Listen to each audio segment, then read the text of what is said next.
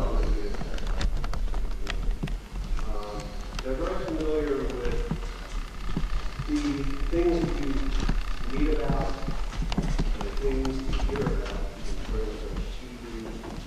But what they're not familiar with, at least most of them, is having the opportunity to actually visit with you on a one-on-one basis. We appreciate giving all of us that opportunity. Ordinary people doing extraordinary things is certainly an appropriate statement for all of you, for all of those who serve in the armed forces. I'd like to introduce our distinguished panel today. Mr. Robert Connery entered the Navy in June of 1945.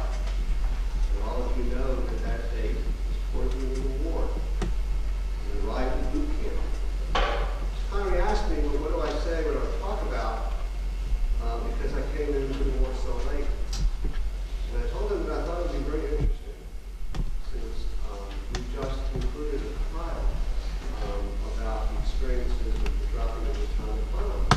To share your experiences, feelings, and emotions that he and his other soldiers thought as they prepared to join the war in the Pacific, especially in light of what we've just studied over the past few days.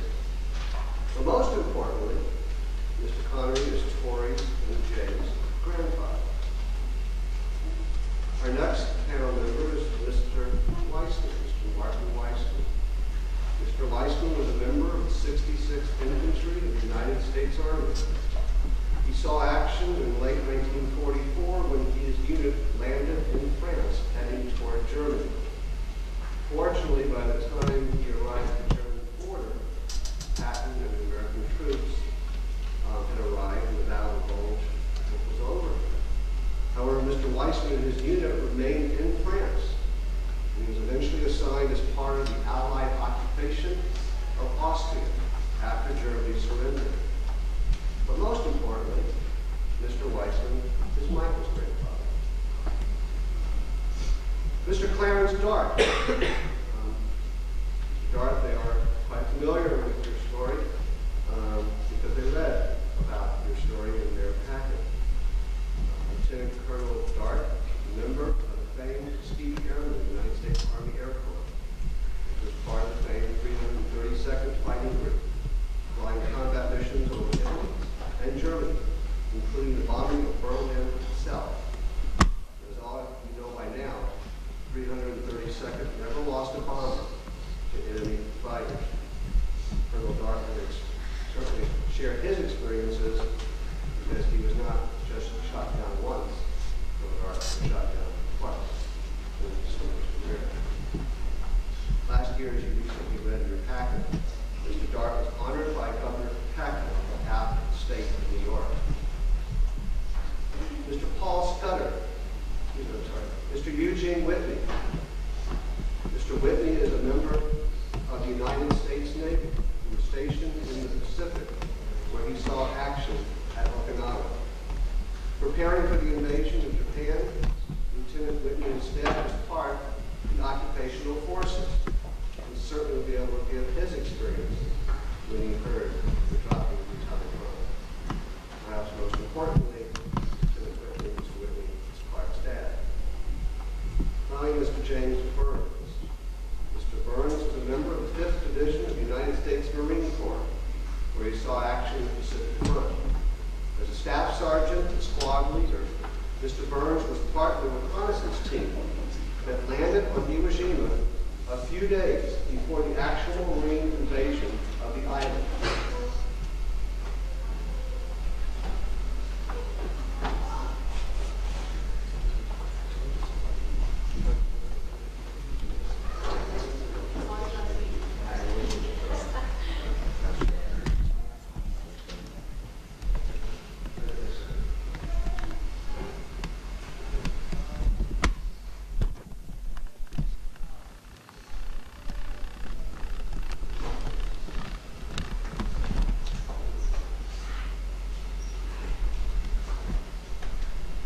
Mr. George Sand, member of the United States Military Force, who saw action in the Pacific.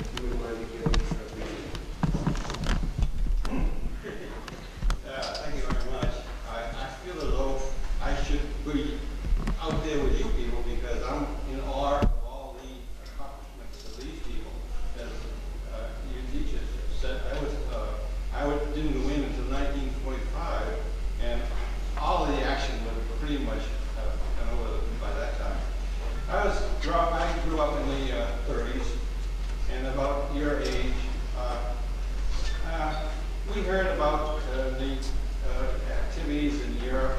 So it was far away, and we had other things to worry about, to think about.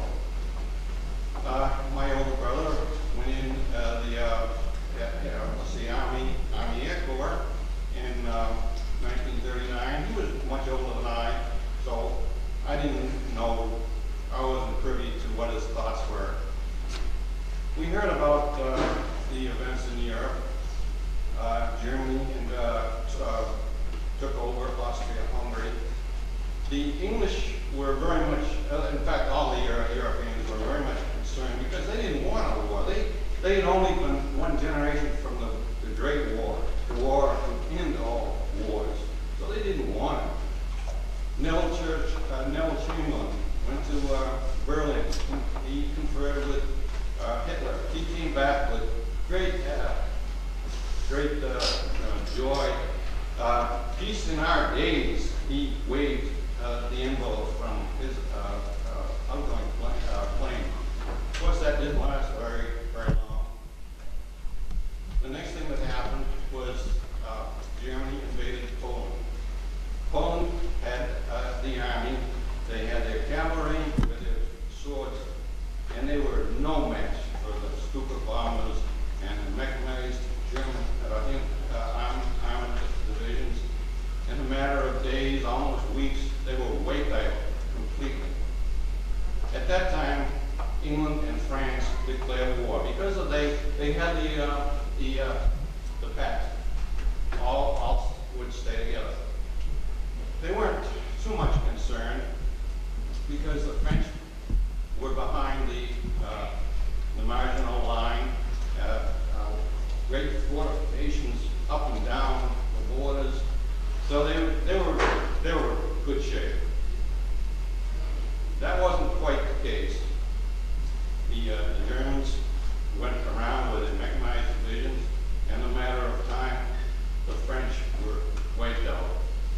I can remember reading in Life magazine, which most of us had, as a picture magazine, and showed the Germans in Paris.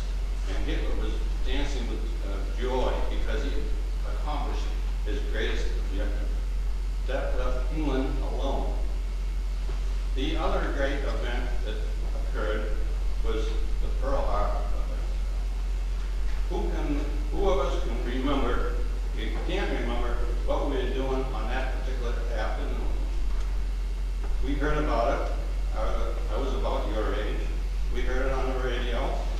No, we heard about it word of mouth. We went home to our radio. Most homes had a radio.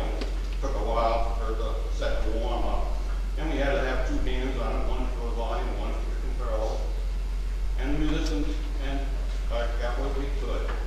I wasn't too concerned because just a while ago, I remember reading in Life magazine how if anything happened in the Pacific, our mighty Navy would go up the coast and circle around the Japanese islands and be all over. And we all knew that the Japanese weren't very effective. Their toys were crude, and we always would laugh or smirk at the story of how the Japanese had launched the ship and went right down the Somme. So we weren't too concerned.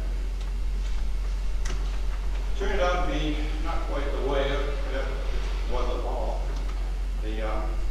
The following day, President Roosevelt came on the radio while we were going to do our sets, and he addressed joint sessions of Congress,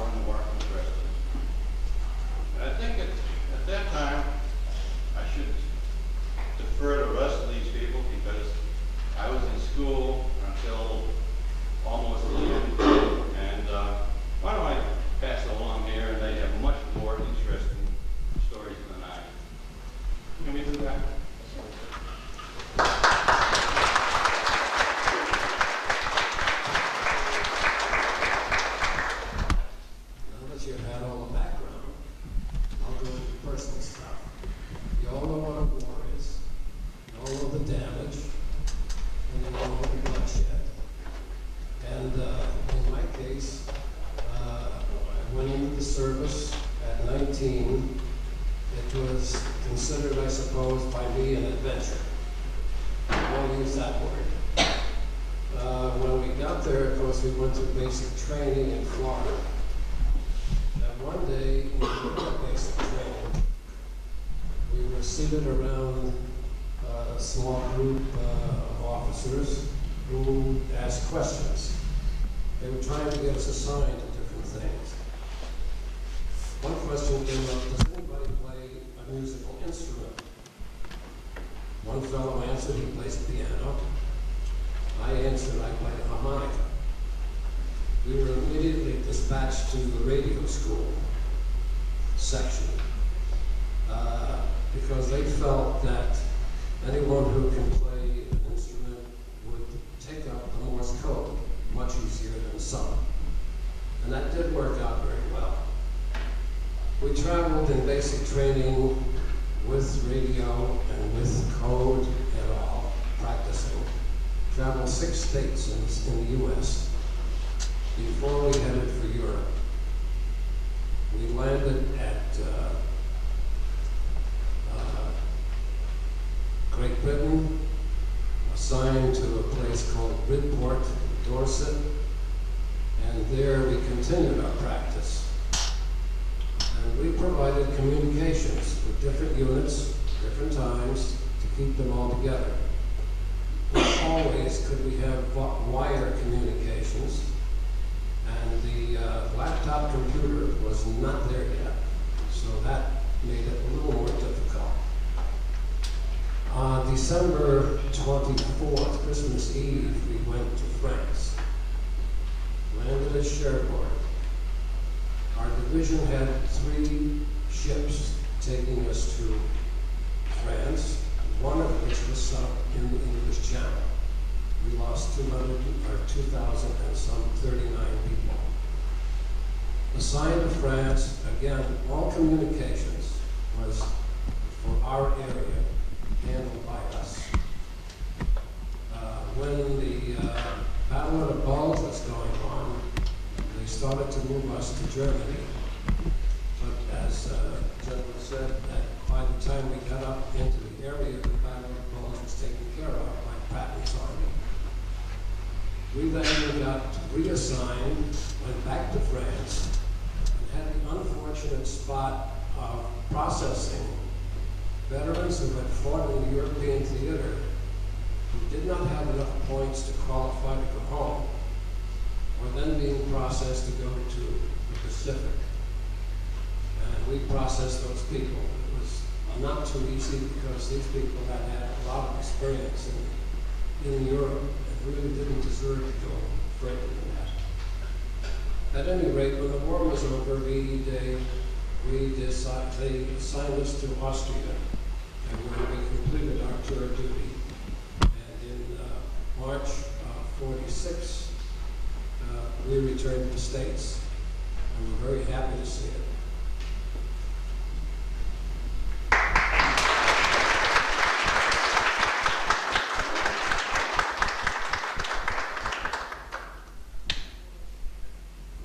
We've all heard of the Tuskegee Airmen, and the only reason that Tuskegee Airmen were so unique is because of what the people call it segregation nowadays, but back in my time it was called Jim Crow.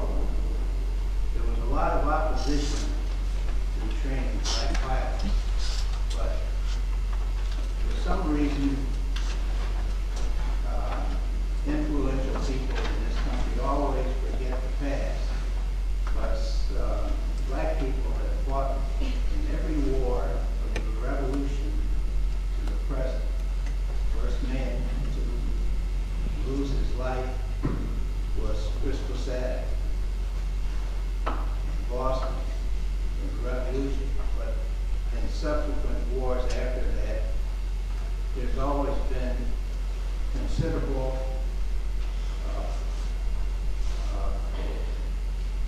amount of black people that fought. In fact, during the Civil War, there were 18 Congressional Medals of Honor passed out to black soldiers.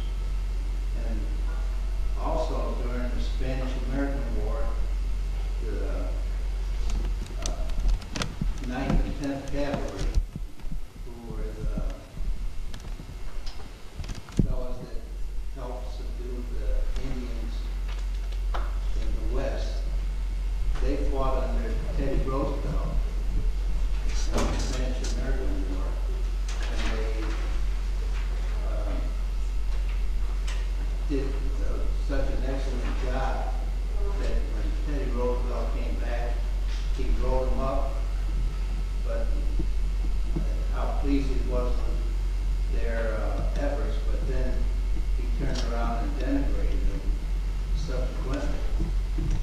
But I don't want to digress too much about Black history, but when it came for our training Black pilots, there was a senator that said he had done a study, and he said Black people's cranial cavities were too small to absorb the knowledge to fly an airplane. But Black people had been flying ever since the early 1920s. There were two Black aviation schools, one in Los Angeles, one in Chicago. But this was all politics, and like I say, people that wanted segregation to be the rule for people in the military, because flying airplanes is sort of a glamour thing. But if you do it, it turns out to be not too glamorous, especially in the war. But to speed up, I see gave us only 5 minutes. Yeah, plenty of time, sir. Oh, I was, Plenty of time. well, I like to start out when I try to tell my background. I was a Depression kid.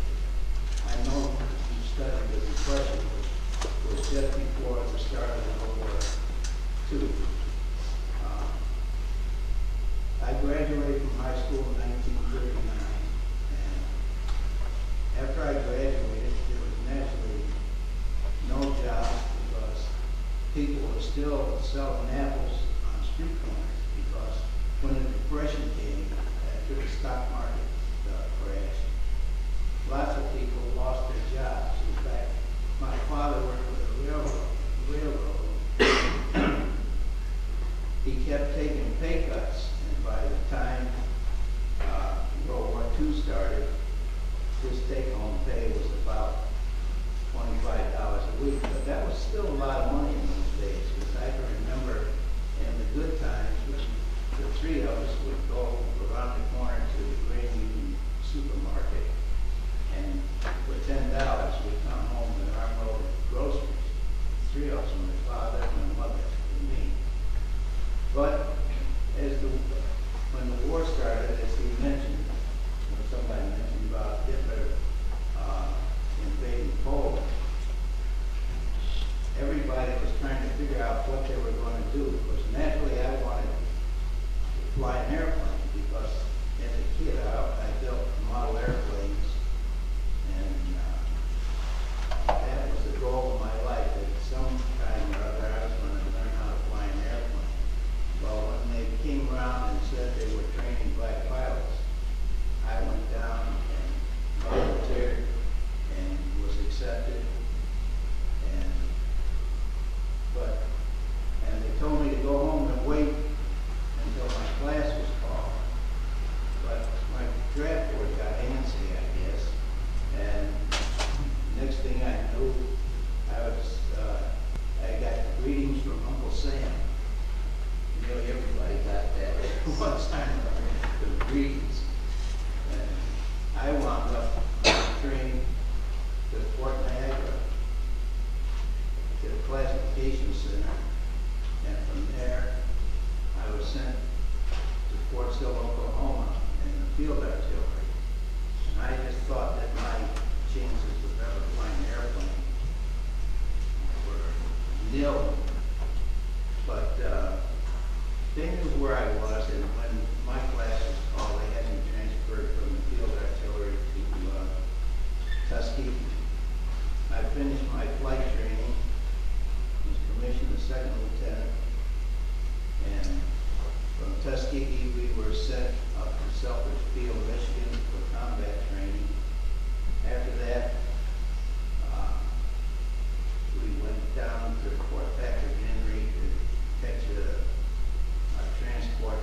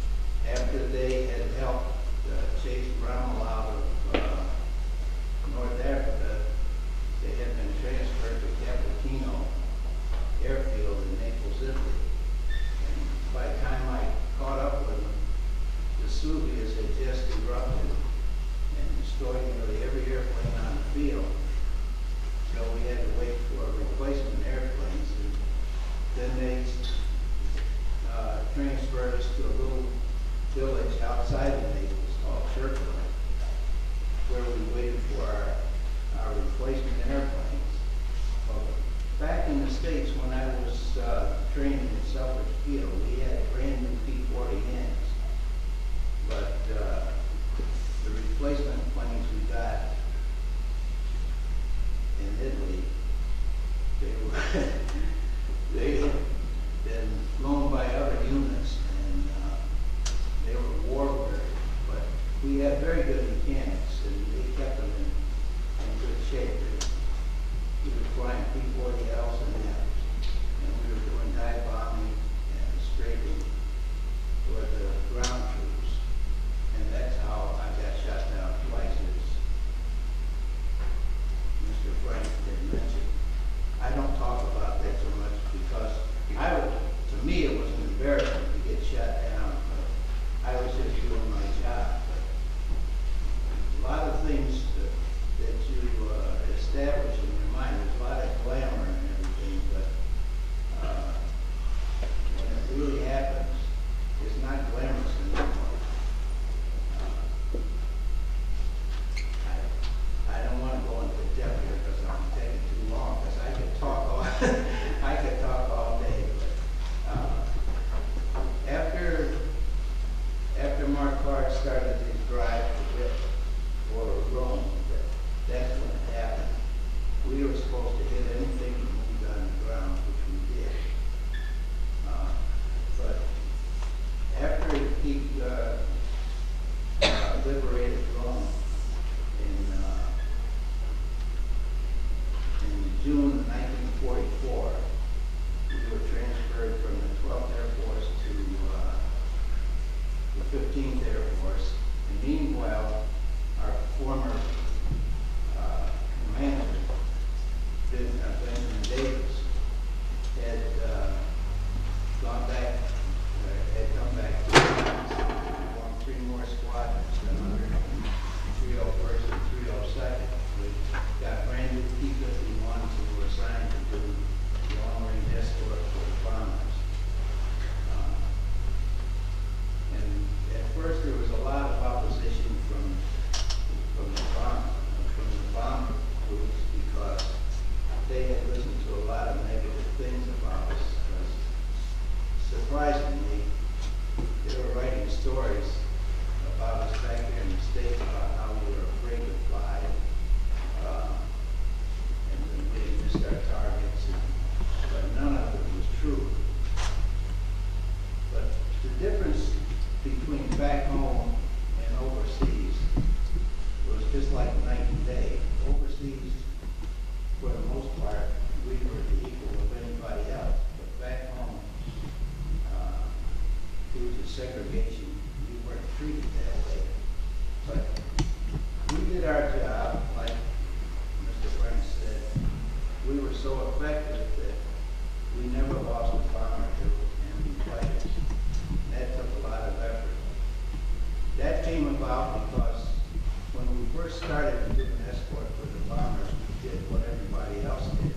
We take the bombers to the IP, that's the initial point, where the bombardier would take over flying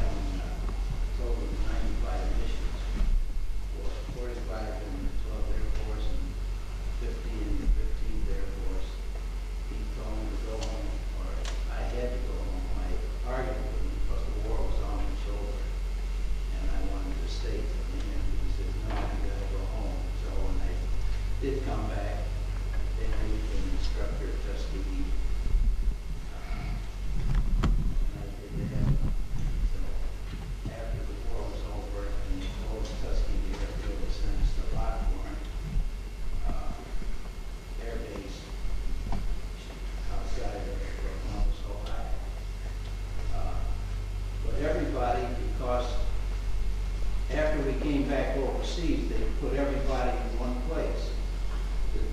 Just to give you an example of our treatment, after fighting a war for 14 months or longer for some of us, when we got off the boat and come back to the States, they had signs up telling us, directing black soldiers, whoever else,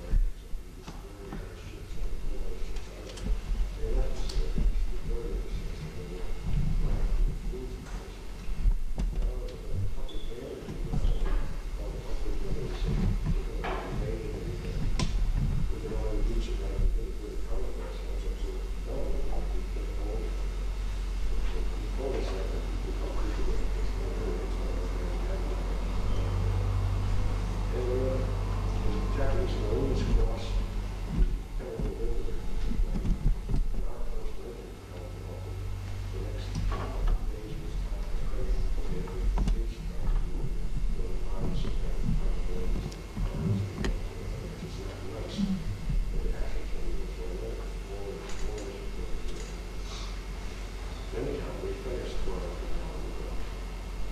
We went to New Zealand, and we went around Australia, and we just had some time in Australia. Where we were sitting, learning to shower, learning clothing and clothes.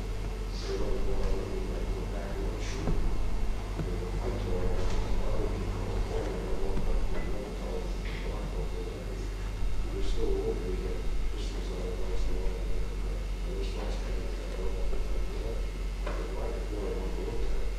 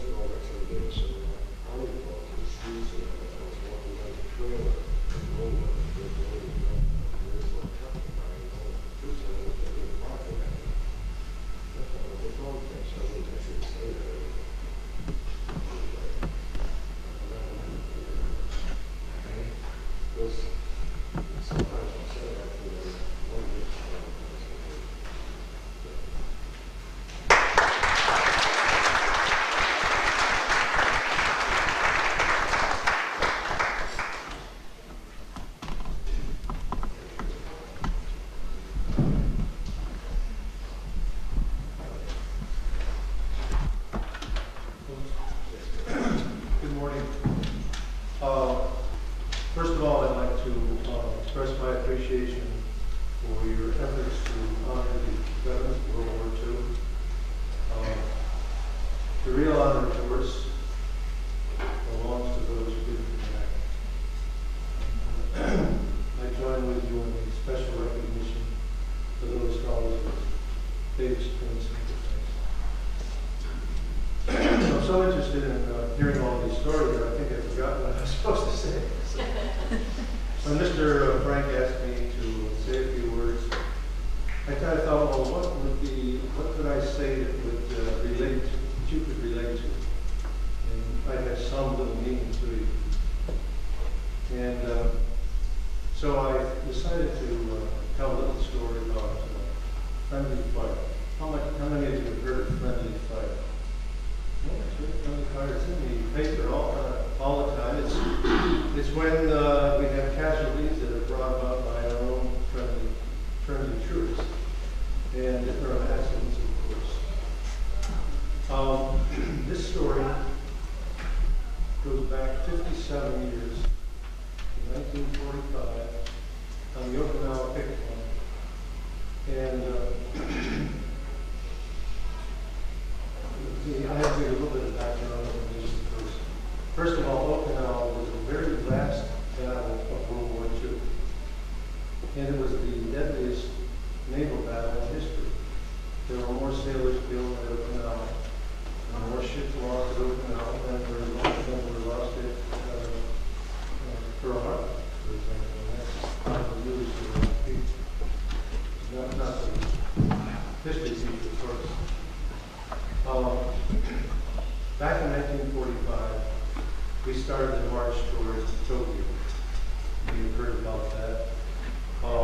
We had taken Guam, and we'd come up to Saipan, and then to bloody Eugene, I'm trying to tell you about, and then Okinawa. And Okinawa was the last island before you hit the mainland of Japan itself. And this was destined to be the staging point for the final invasion of Japan. And the Japanese knew this, and they made all of it. And it was at Okinawa that they gave us the full force of the kamikaze pilots. Now the kamikaze was very similar to the suicide bombers in the Middle East. I'm sure you've read about that. They had the same commitment to death commitment. But instead of wrapping explosives around their bodies, they put explosives in an airplane. And then they would crash the airplane on a ship or on a military target. And how many of you remember seeing the plane that hit the tower, the Trade Center tower in New York City on September 11th? Okay, the kamikaze pilot was quite a bit like that. Of course, the planes were smaller, but they were much, much faster. And there were over 1,000 of these kamikaze attacks. Our radar wasn't so good back then. It wasn't anywhere near what it is today. We have come up so much in technology. Planes are nothing like they were back then. And the kamikazes were coming with very little warning and causing an awful lot of damage. Now, in the invasion of Okinawa, they were destroying so many of the troop ships and supply ships that it was really affecting the invasion quite a bit. So we countered this with a warning system called the Okinawa picket line. Now, this consisted of 16 stations midway between Okinawa, in the water, of course, between Okinawa and mainland of Japan. And on each station there was a destroyer and 6 LCSs. 3 LCSs on one side, the destroyer, and 3 on the other side. And we were there to protect the destroyer. Now, an LCS is a landing craft supporter. It's a small gunboat, about 157, exactly 157 feet long. It has a 40 millimeter gun and aircraft on the bow, another in the stern, we call it fantail. and 20 millimeters on both sides, open shoots. And we would go back and forth in this station, and the other side in the other station. And as the planes came over, we would give a warning to the radio warning back into the ships in the harbor. And it was quite successful, and in fact, it was so successful that it wasn't long before we became the main targets of the guys themselves. Well, on this particular day, I was a gun captain of the 40 millimeter anti-aircraft unit, and my main job was to keep the rules. Each gun was assigned a sector. Sector's space area, and all the way around the task force, all the guns had an assigned sector, and your job was to take out any plane that was in that sector. And the rule was, do not fire outside of your sector. Very important rule. So we were cruising along this one day. This is not too long, hurry up. Cruising along this one day, and we were very tired. And we had lost 2 of the LCSs already. So we had 4 left, and we had 2 on each side of the destroyer. And all of a sudden, we saw it 350. Everything is a degree on the wood. There's no highways and no signs or anything. So right straight ahead of me was 000, to the right is 090, back to me is 180 and 270. Are you familiar with that kind of lingo? Well, anyway, 350, there was a Japanese zero, very fast. He was streaking across the sky, and he was out of range, so we couldn't fire. And he was going along, and he ended up back of us, and disappeared into the clouds. Well, we radioed that information in, we were relaxed about somebody else take care of that guy. And so we went back to a sort of semi-conscious state, trying to rest a little bit. And all of a sudden, all hell broke loose. The zero had come around through the clouds, and it was coming back at the destroyer in the middle. Now, we could not shoot at that. Remember the rule. That was not in our sector. And that's a good rule, because quite often they would bring a plane in one direction and to divert your attention, and then 3 or 4 or more would sneak in from the opposite direction and try to take you on guard. So it's a good rule. So anyway, I can still hear that 5-inch every 50 years on the destroyer. Bang, bang, bang. Sort of panic. There's a lot of difference between the sound of the gun, the shooting at a plane that's coming right at you, and the sound of the gun that's shooting at a plane that's in your sector that isn't necessarily coming right at you. If it's not coming at you, you get the plane in the sights, and then you press on the firing pedal, and you make a burst, maybe 12, 15 rounds, and then you stop. You either hit the plane or you have lost the target. And you either try to get back on the target or take another plane that's in closer in your sector. Well, this, but if it's coming right in at you, you're pushing down on that pedal with all your work. And you hold it down, and it's kind of just going, and you can almost feel the panic and the desperation of the gun crew. You can almost feel the rapid heartbeat for the people on the gun crew. And those heartbeats stopped that day. And the plane crashed in the back and destroyed. And when the smoke cleared, the whole back of the destroyer disappeared. The turret was gone completely. There were depth charges, and the depth charge launcher on the fantail sticks way up, and that was gone. And there were 2 big life rafts on the side, nothing to be seen, with a hole in the deck, of course. And there was a fire in the engine room below decks. And the ship was out of control. But it was still afloat. So our job was to come alongside and help put out the fire and help with the casualties.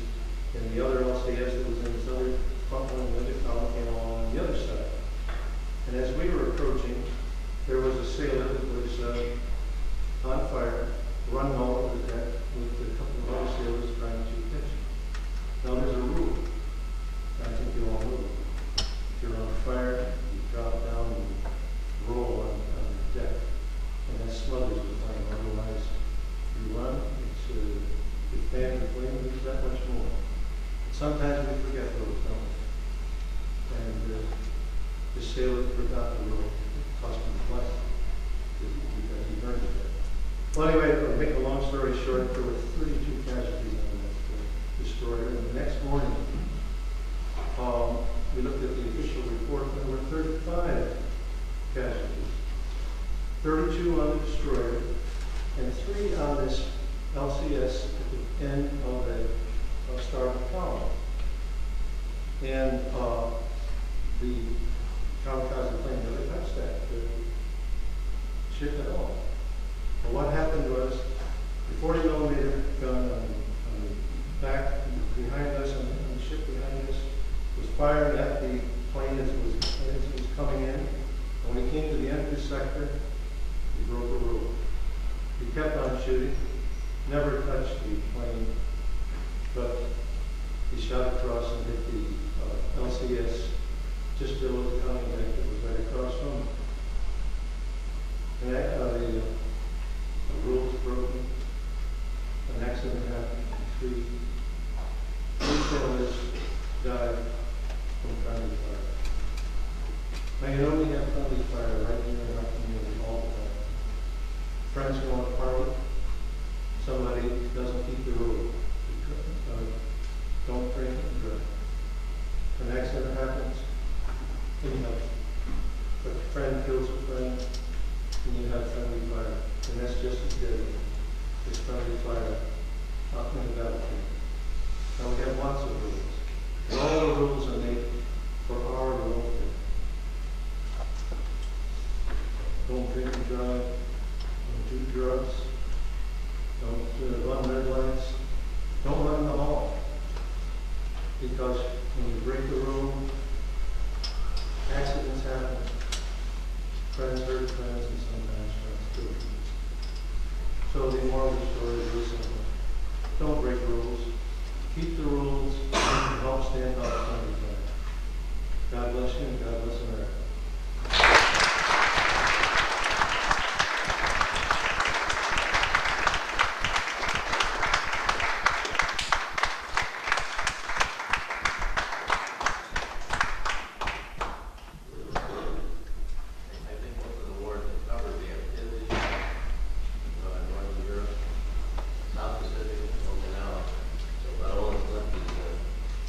Central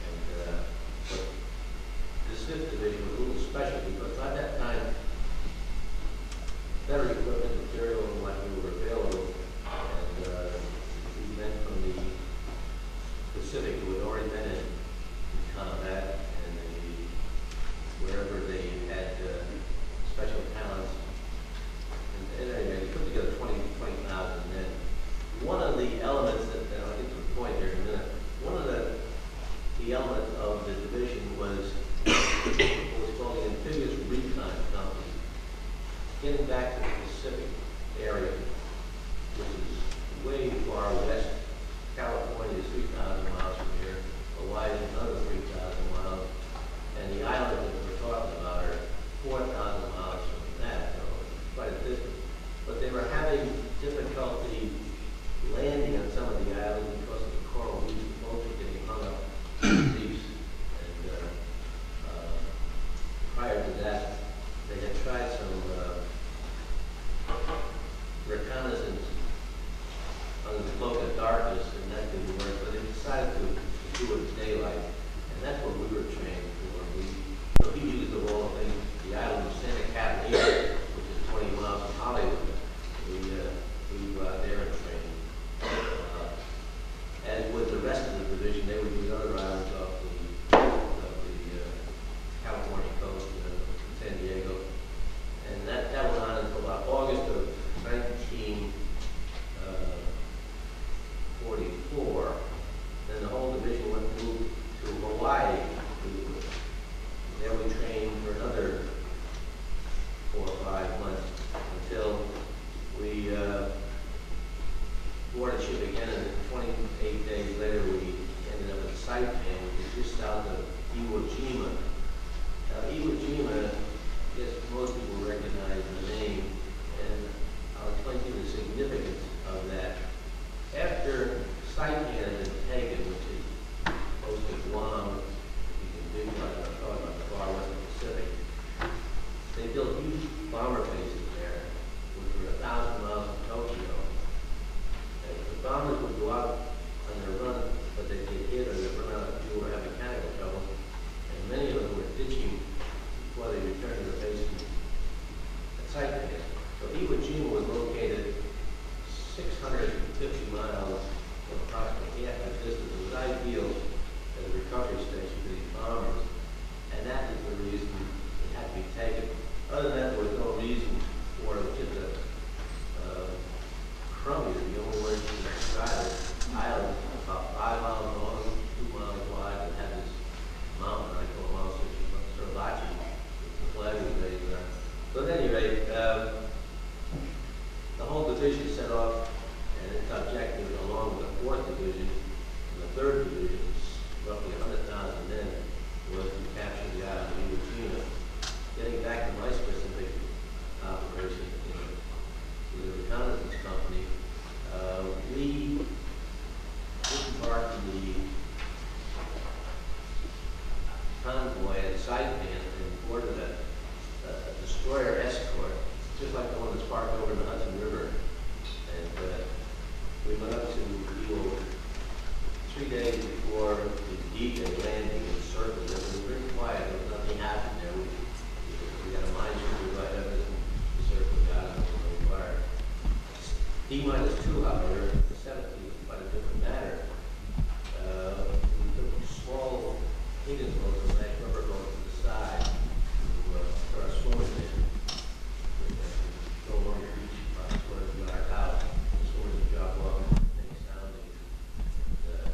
We'd be photographers, we couldn't want to keep our cameras on those days. We just had to avoid the boats. And the picket line of gun boats, which were firing rockets at the beach. You could probably see them in TV and television.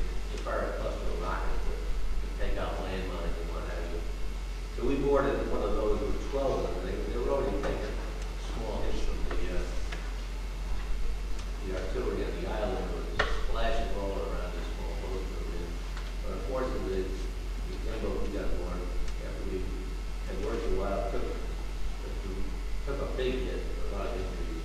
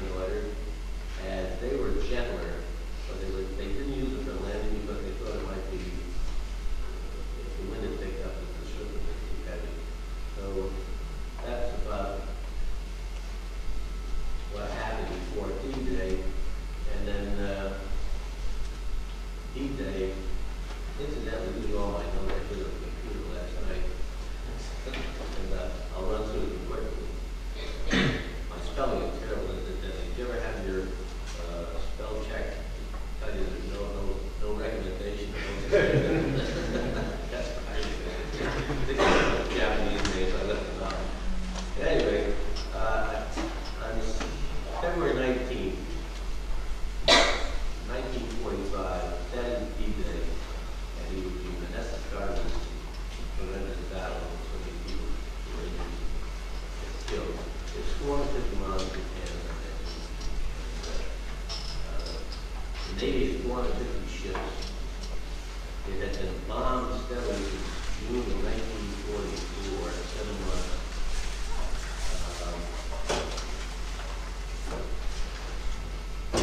When the 4th and 5th Division landed that day, that was approximately 40,000 men, they crossed the island at the neck narrow part by noontime. The whole southern tip was taken by the second day, and the prize, the thing they were looking for, Moneyama Airfield number 1 or 3. That was taken by the 4th day. And the flag raising took place on the Moneyama Airfield on the 3rd day. And the flag raising was took place on the 4th day. I won't go into that because the whole story itself is flag raising. But flag, the patrol from the 3rd Platoon Yukon, the 2nd Battalion, 28th Marines, that was 40 men who went up Sabashiyama, usually called Sabashiyama, and they raised the first flag, and well, a lot of excitement, everybody's happy to see that the commander was taken. That was responsible for very, very deadly fire on the Navy before. So going on to the battle itself, much more fighting had to be done in the north, many pillboxes. Honestly, that enemy had to be discovered because beneath Eugene there were 16 miles of tunnel fighting through rock with 1,500 wounds. And that's why it was such a deadly place. With all the bombardment and so forth, they really didn't touch it. On the 13th, the 13th day after the landing, the first triple bomber landed, and by war's end, 2,400 B-29s carrying 27,000 crewmen made unscheduled landings on the island. So that was the objective, was to take the airfield, was taken at the same 27,000 lives. So 36 days, the battle was over. 8 square miles of real estate was taken. It was only 8 square miles on the island. But unfortunately, there were 25,850 casualties. And there were 27 Medal of Honor orders. Unfortunately, many of them were suicide. So that's about the story of Eugene.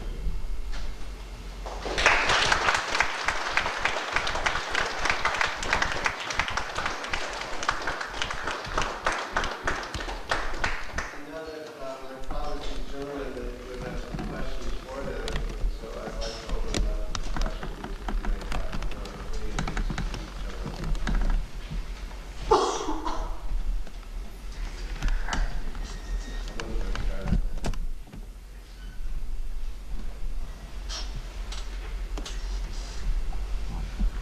I'll start with Connery.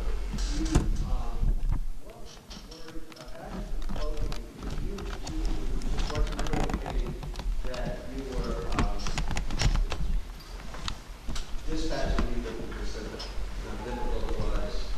So in August, when you two heard about the doctor's what your feelings at the time, and also be curious in the question, were you working a dispatch at the time when you heard about the bombing? So I think those feelings. Sure. Just going back a shade, in 45, the war in Europe was over, and VE Day was all a celebration. But the war in Pacific was still on the way, and we had the tremendous task of getting these millions of men and material from one side of the globe to the other side. They were straight on the barrel, literally, for personnel in this country, and from my own viewpoint. I was in high school. All the high school people were deferred, but as soon as they got out, they got their greetings. I went in a boot camp, and they let us know that we were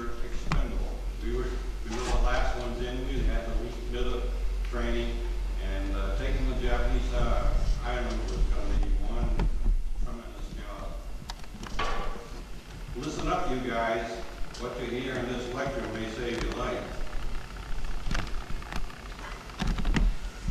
The atomic bomb was dropped. Wow. That meant no more war. We didn't have to worry about anything else. But now what happens next? There were millions of men in the service. They all had to be let out. The Navy, which I was in, continued right along as well as it had always been. The ships came back. The older people who had a lot of time in were got out of the service, but they continued working right along. I was assigned to a battleship in Massachusetts, and I won't go into what happened, but it took about a year before everybody was out. To answer the question, what was my feeling? It was great. That relief for everybody concerned.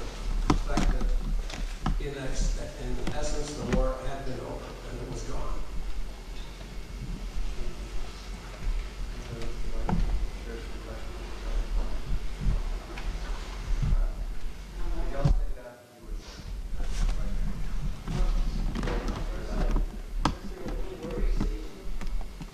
I was on the LCS L-85, and I went to the South Pacific, somebody you've never heard of, Missouri, Kenny-Weetop. It was one of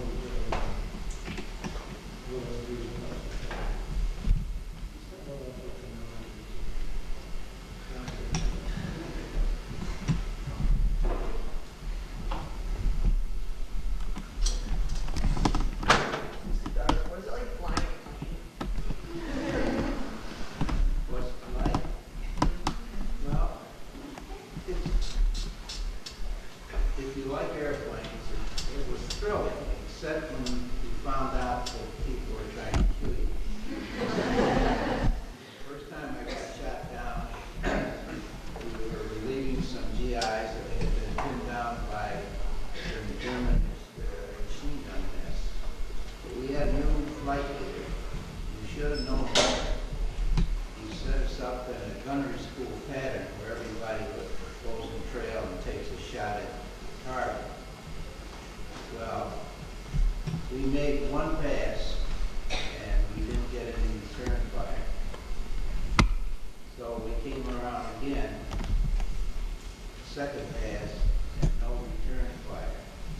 So we figured we had everything covered, but he brought us, because the rule in combat is you make one pass and you get out of there. If you hit it, fine. You don't go back. But he brought us around for the third time, and it was the best 4th of July spectacle I've ever seen. Except that in all that fireworks, there were real deadly things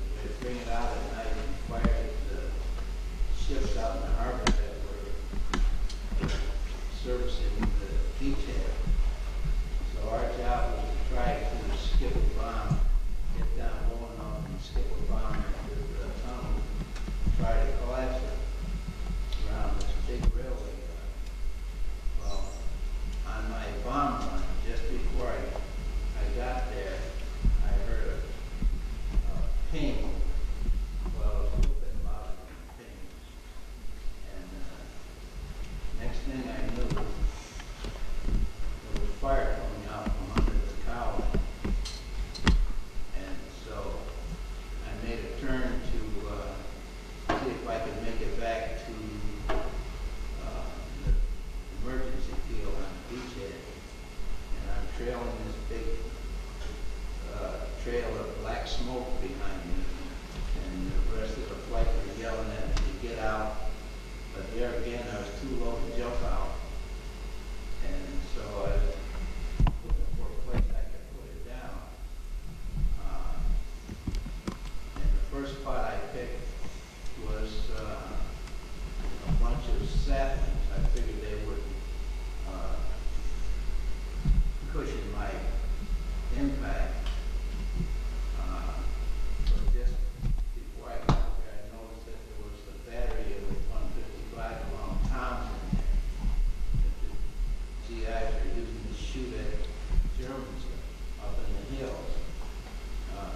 So I made a change. I picked a little dirt road, put the plane down. I dropped my bombs safe. And it means I didn't pull the arming wires out. So when I hit, the plane skidded for a while, and when it came to rest, then the fire really started coming out under the cowling and up around the airplane. But before I touched down, I had rolled the canopy back and latched it, I thought. Well, the impact caused the canopy to slam forward and jam.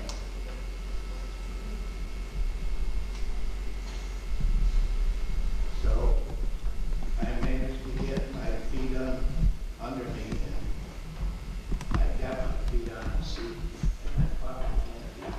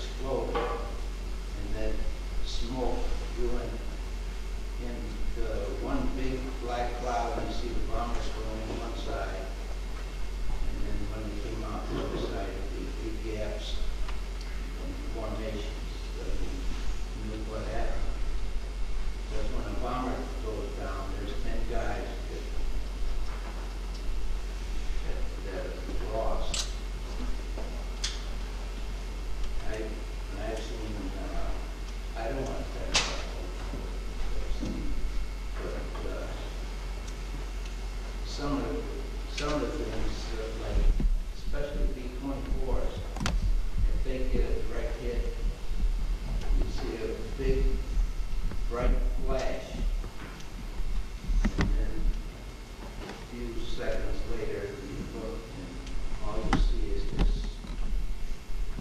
something like, after you've seen the skyrocket on the 4th of July, with some little trails of fire in the place where the bomb was. That's just some of the horrors of war.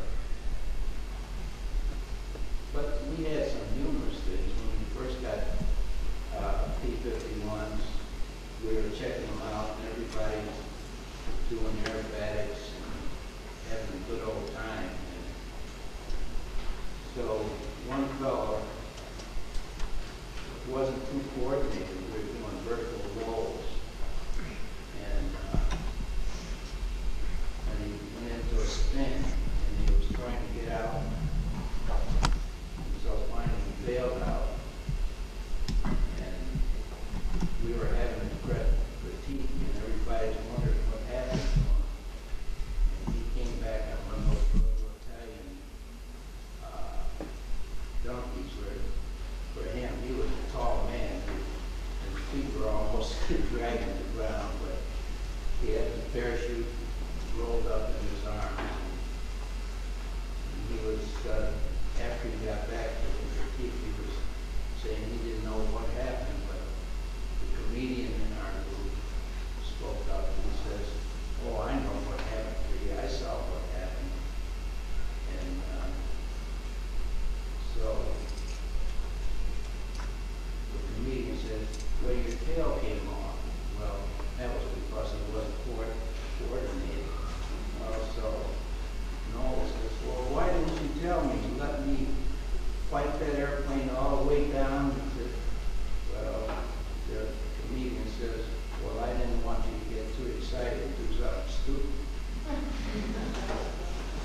So we had a big laugh about that, but it wasn't really funny, but it was funny to us at the time. I'd like to ask one final question, and I'd like to invite the students while you're having lunch to feel free to come up and visit with the veterans. I'd like to address it to Mr. Burns, because although I'm familiar, I don't know, I'd like you to maybe explain a little bit more why an island so small took so many casualties and took so long to take. You mentioned the tunnel system, but I don't know if my students really appreciate what you faced on these islands and any tunnel system. If you could talk with me briefly about that, I would appreciate it. As I mentioned, it was fortified with tunnel, 16 miles of tunnel, and 1,500 room, and some of the roofs obviously had to be 20 feet thick, covering, protecting the troops, and it was fortified by a special person, General something like. He was handpicked to fortify this island because they knew the value of it. And actually, he left a letter to his wife that he knew he was not going to return because sooner or later would take the island. He left his sword, his samurai sword with his hand and so on. But it was so fortified that we never run into that kind of fortification before. So even though we were dropping 1,000-pound bombs on them from that were liberated in B-24s, much as referred to, they were using B-29s. It didn't penetrate the defense. So in effect, when we went in on the recon on the beaches, we saw very little. The only crack in the door was that because there was a goodly number of rubber boats and small boats, the general or his command thought it was an invasion force starting, and they exposed or opened up with some of this artillery that was undetectable prior to that. But other than that, to answer your question why it was so tough to take, it was because of the way they were entrenched. There was no way to get at them except the way we inch foot by foot, as they say, throwing flush against concrete, and it took a lot of fight to do it.